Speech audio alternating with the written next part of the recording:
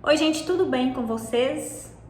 Na aula de hoje, vocês vão aprender, na prática, de forma bem prática, como funciona a partilha de bens no divórcio para aqueles casais que são casados sob o regime de comunhão parcial de bens. E aí vocês podem pensar, que na letra da lei, esse regime é bem prático, porque geralmente fala ali o quê? Que os bens adquiridos onerosamente na constância do casamento, eles serão partilhados, na proporção de 50%, salvo na hipótese dos bens incomunicáveis, para cada um dos cônjuges quando chega a dissolução da sociedade conjugal. Mas na prática nós temos várias questões que a lei não explica, de forma pormenorizada. E por isso eu resolvi gravar essa aula justamente sobre pontos específicos do dia a dia, para que você saiba como resolver quando esses clientes chegarem até você. Meu nome é Alessandra Santos, eu sou advogada, especialista em direito de família e sucessões, sócia aqui no Andrade Santos Escritório de Advocacia, e vou trazer essa aula para vocês hoje. Antes de mais nada, eu quero pedir para vocês se inscreverem aqui no canal para ficarem por dentro das próximas aulas que vão ter, e também deixar o like aqui, tá bom? No final do vídeo também eu vou deixar lá na descrição o link do meu Instagram para quem queira acompanhar mais sobre direito de família e o dia a dia dessa advogada aqui que vos fala. Então, sem mais delongas, vamos lá para a nossa aula prática de hoje sobre partilha de bens, no divórcio de cônjuges sob o regime de comunhão parcial de bens.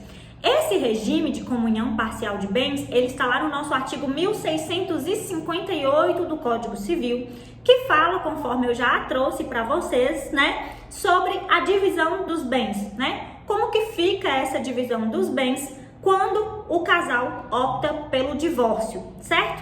Bom, quais foram as peculiaridades desse regime, que eu trouxe para vocês hoje de forma pontual e prática? Justamente algumas questões que no dia a dia pode surgir uma dúvida em como fica a partilha, desse patrimônio para esse casal, futuro ex-casal. E nós vamos começar falando aqui sobre os bens subrogados. Os bens subrogados são bens incomunicáveis.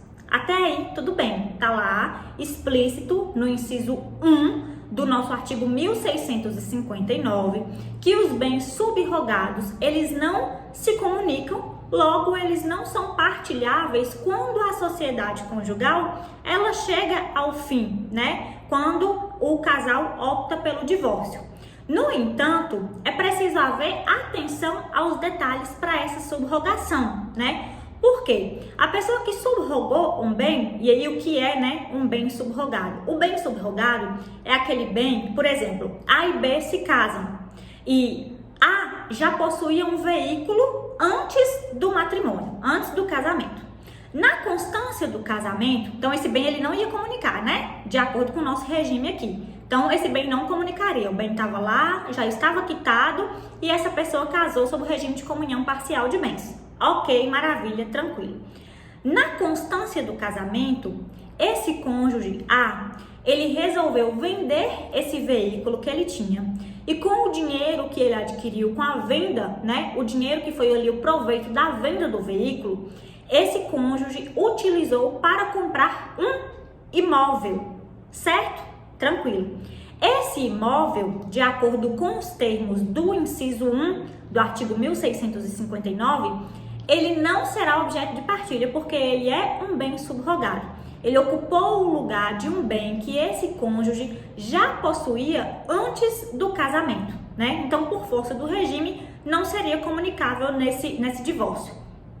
No entanto, para que a subrogação, ela tenha essa eficácia de incomunicabilidade, é preciso que a parte que fez essa transação, ela não deixe de constar nos documentos de transação, nos contratos de compra e venda, e tudo mais, a cláusula de subrogação. Então é necessário ter o documento, ter no documento que esse bem ele foi adquirido com o valor de um bem que ele já possuía, que o cônjuge A já possuía antes de se casar, para que então facilite na hora dessa divisão de bens. Por quê? Porque se não houver essa expressa incomunicabilidade, essa expressa notícia de subrogação na documentação, a comprovação, né, de que de fato foi assim vai ficar um pouco mais complicada. E acaba que se a pessoa não fizer isso,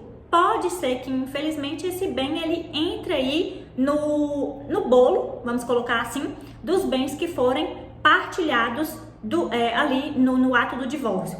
Isso porque, gente, é um entendimento do STJ que os bens que forem constituídos pelo casal casado sob o regime de comunhão parcial de bens, que forem adquiridos onerosamente, eles são considerados, né, por lógica de esforço comum, que é 50% de cada um, né? Então, se foi constituído ali onerosamente, é entendimento do STJ que vai ser de ambos os cônjuges, né? O esforço comum, ele é presumido. Então, nos casos da subrogação, precisa constar nos documentos, como eu falei para você, essa cláusula, né? Se não tem a cláusula, fica um pouco mais difícil de fazer essa comprovação de subrogação. Outro imbróglio também que a gente tem na hora dos divórcios, né, desses casais, é a questão de bens financiados. Bens financiados que no momento do divórcio ainda não houve a quitação integral. Então, tem-se um saldo devedor e tem-se também o que já foi pago, né? Primeira coisa que eu quero falar para vocês, que eu vejo muita gente deixando de prestar atenção, é que tá tudo bem se um dos cônjuges quiser ficar, né? Ou se eles vão optar pela venda e ver ali o que tem de partilhável e essa pessoa assumir o restante do pagamento de acordo com o financiamento, fazer a transferência do financiamento para o nome dessa outra pessoa. Mas é interessante que antes de vocês partirem para essa questão de como vai ficar, lerem o contrato do financiamento, lerem atentamente as cláusulas e irem ao banco ou pedirem aos clientes que vão ao banco para poder conversar com o jurídico do banco responsável por esse setor, para ver qual que é a postura do banco em relação a este contrato de financiamento em específico. Por quê?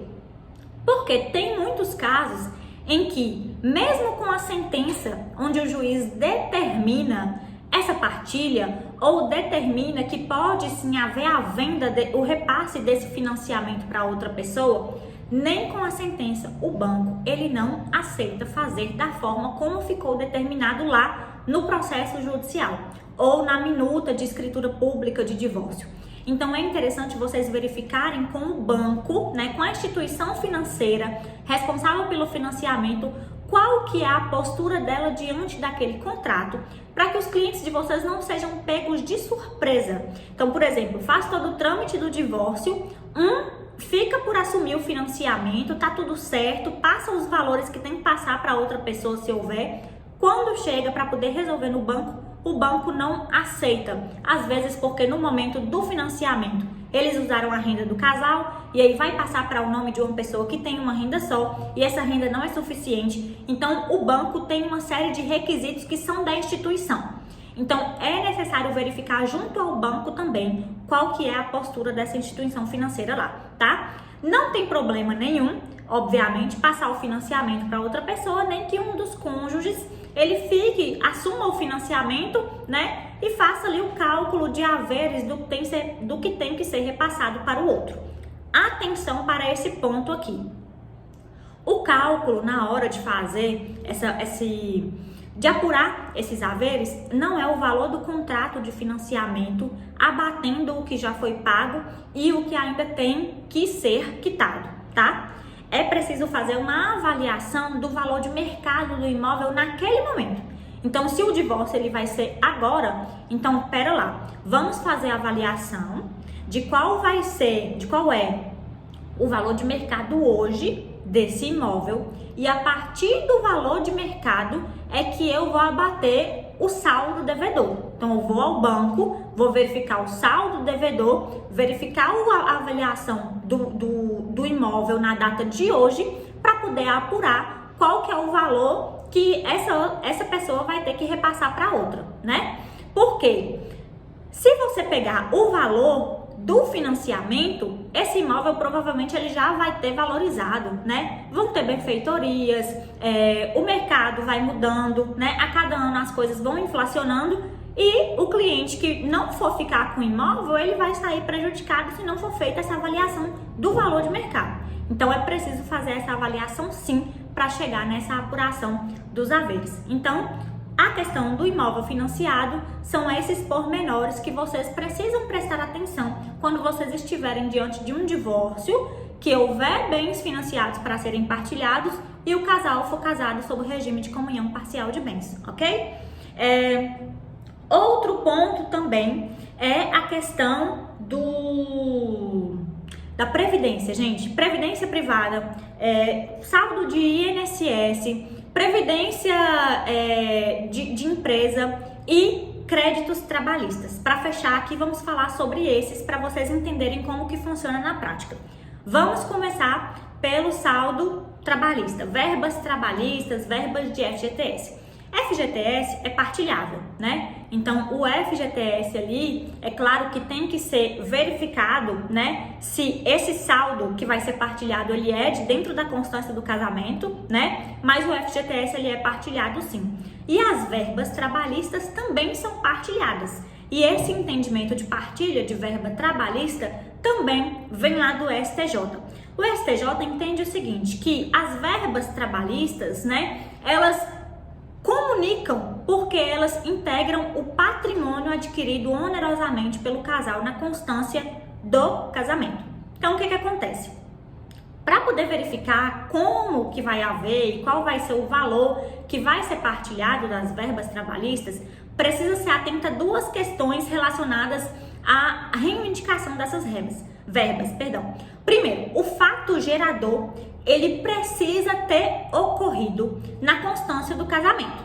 O que significa isso? Significa que se hoje eu sou casada sob o regime de comunhão parcial de bens e eu sou contratada em uma empresa e essa empresa deixa de me pagar e começa a acumular verbas trabalhistas para eu receber, essas verbas trabalhistas, elas comunicam caso eu venha me divorciar. Porque o fato gerador, ou seja, o inadimplemento da empresa para comigo, ele aconteceu enquanto eu ainda estava casada. Então, temos aqui o primeiro ponto. Fato gerador dentro da constância do casamento. E a reivindicação dessas verbas também precisa acontecer dentro do casamento. Então, deixei de receber os valores e aí eu vou entrar com a ação trabalhista e ainda estou casada. Não importa se quando eu receber eu já estiver divorciada. Mas se o fato gerador e a data em que eu reivindiquei essas verbas, se nessas datas eu estava casada, então o meu ex-cônjuge, ele vai ter direito a receber essas verbas trabalhistas, certo? Porque elas integram o patrimônio do casal, beleza? Então, qual que vai ser a apuração? A apuração vai ser qual que é a verba da constância do casamento. Então, hoje entramos com um pedido de divórcio. Então, até essa data, você tem direito de receber o que acumulou-se dessas verbas. A partir desse momento, não mais. Então, vai fazer esse cálculo aí de qual que é o período que essa outra pessoa tem direito. A mesma coisa com o FGTS, né? Vai fazer a apuração conforme eu falei com vocês. Previdência privada. Saldo de INSS.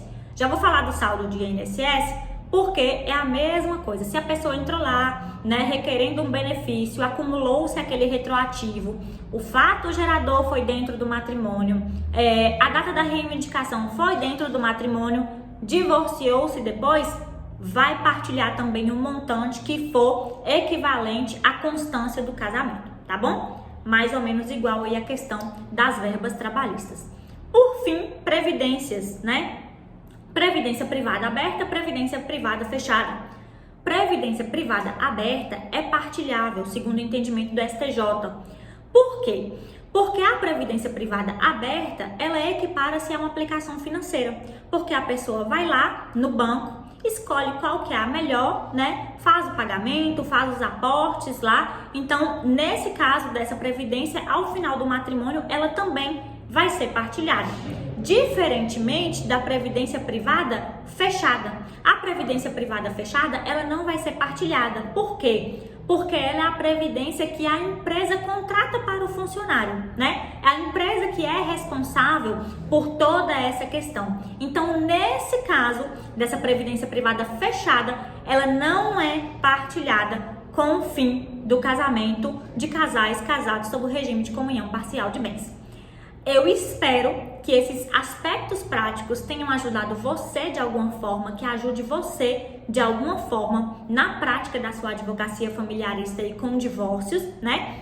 E voltando a reforçar, se inscrevam no nosso canal que a gente vai trazer mais aulas práticas para vocês, assim para vocês atuarem com mais eficiência. E não deixem também de acompanhar o meu perfil no Instagram para vocês ficarem por dentro da vida dessa advogada aqui e também de questões relacionadas ao direito de família.